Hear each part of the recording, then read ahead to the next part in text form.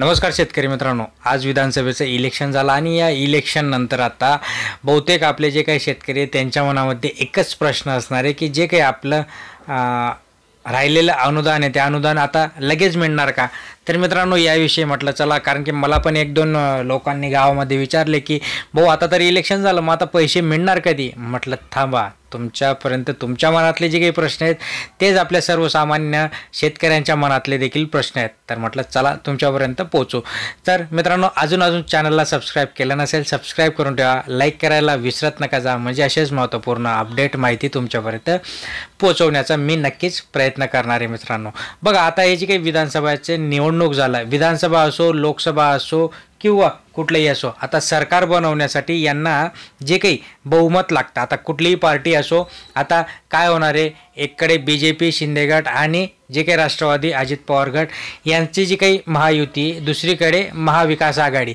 आता याच्यामध्ये ज्यांच्याकडे जास्त सीट असतील, बघा ज्यांच्याकडे जास्त सीट असतील ते सरकार स्थापन करण्याचा दावा करतील। आता समजा BJPकडे जास्त सीट आहे किंवा महाविकास आघाडीकडे जास्त सीट आहे, मग यांच्यामध्ये हे काय करतील की यांच्यामधले सांगतील की ठीक आहे आमच्याकडे आता जास्त सीट आहे, हे आपले जे काही राज्याचे राज्यपाल असतात त्यांच्याकडे जातील, त्यांच्याकडे दाखवतील, जे त्यांचे आमदार आहेत आमदारांचा सपोर्टचा एक कागद दाखवतील, सह्या दाखवतील आणि मग त्यांना सांगतील की आम्ही स्वतः सरकार बनवू शकतो। अपोजिशनमध्ये जे लोक आहेत त्यांच्याकडे कमी वोटिंग आहे आणि अशा पद्धतीने हे सरकार बनवलं जाईल। याच्यासाठी काहीतरी 10 दिवसाचा 15 दिवसाचा कालावधी दिला जातो, याच्यानंतर सरकार तयार होतं।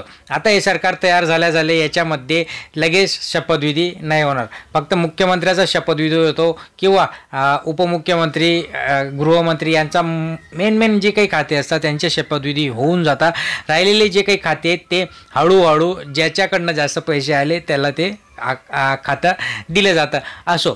मग याच्यानंतर शेतकऱ्यांची जे काही अनुदान आहे, आता हे जे अनुदान आहेत याच्यामध्ये पण 2-3 गोष्टी असतात, यांची पर्सनल खुन्नस असते मित्रांनो, यांचे पर्सनल एकमेकांचे। समजा मागच्या वेळेसचं सरकार पडलं आणि नवीन सरकार आलं तर हे सरकार काय करतं की यांनी जे काही निर्णय घेतलेत या निर्णयांवर ते परत एक फेरविचार करता। जसे की आता समजा यांनी महिलांसाठी 1500 रुपये जाहीर केले, तर नवीन सरकार जर आलं तर नवीन सरकार म्हणेल की नाही, यांनी खोट्या बोलतापा दिल्या, फक्त आणि फक्त महिलांना प्रलोभनं दिले, शेतकऱ्यांना प्रलोभनं दिले, सेम तशी कंडिशन, आणि आता सरकारकडे पैसा नाही आहे तर मग अनुदान नाही मिळणार। पण जे शेतकऱ्यांचे अनुदान वाटप सुरू होते आचारसंहितेच्या आधी, बघा आचारसंहितेच्या आधी जे अनुदान वाटप सुरू होते आणि आचारसंहितेमुळे कुठेतरी त्याला ब्रेक लागला, ते अनुदान तुमचे बघा डिसेंबर एंडिंगपासून परत सुरू होते। लक्षात घ्या मित्रांनो, डिसेंबर एंडिंगपासून सर्व अनुदाने सुरू होतील। ज्या अनुदानांना वित्त विभागाची परवानगी आहे, ज्या अनुदानासाठी शासनाने पैसा मंजूर करून ठेवला आहे, ज्या अनुदानाचं वाटप सुरू होतं, फक्त आचारसंहितेमुळे ते कुठेतरी थांबलं होतं, असे अनुदानं लगेच शेतकऱ्यांच्या अकाउंटमध्ये डिसेंबर एंडिंग किंवा जानेवारी फर्स्ट वीकपासून हे तुमच्या अकाउंटमध्ये डिपॉझिट होतील।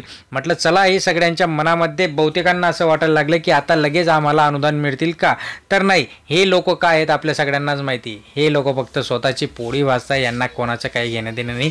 नवीन सरकार आलं, नवीन सरकार पण त्याच्यावर फेरविचार करतील, कोणते योग्य अनुदान आहेत, कोणते अनुदान यांनी द्यायला पाहिजे होते किंवा जे आधी सरकार होतं त्यांच्या योजना यांनी बंद केल्या, मग त्या योजना जसं की 50,000 रुपयांपर्यंत जे अनुदान होतं ते यांनी फक्त याद्या लावल्या, यांनी पैसे दिले नाही।